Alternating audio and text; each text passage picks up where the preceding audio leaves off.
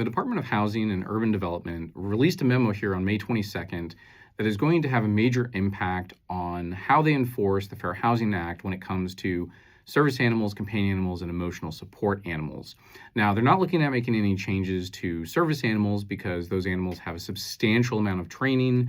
They're helping somebody who has a disability. That's very clear cut, and that's what the original act was intended to protect.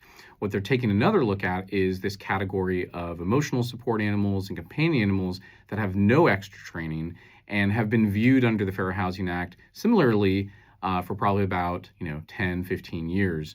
Now they're looking at it and saying there's really no consistent way for housing providers to vet and qualify these animals because they have no formal training. And so now they're thinking about no longer allowing them to be protected under the Fair Housing Act because that wasn't part of the original act in the first place. It's just something that's been loosely adopted in practice.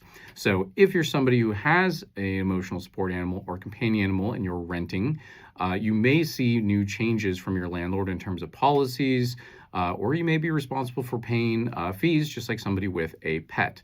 These are long-standing practices, and for a long time, emotional support animals and companion animals have been kind of in this gray area, but the default has been to protect them under the Fair Housing Act. This is no longer going to be the case because there's just really no way to prove that they warrant that protection without any additional training, much like service animals. So this isn't concrete yet. We'll certainly be bringing you updates if there are any major changes, but just something to keep in mind that this is under the review of HUD, and so we probably will see movement sooner than later.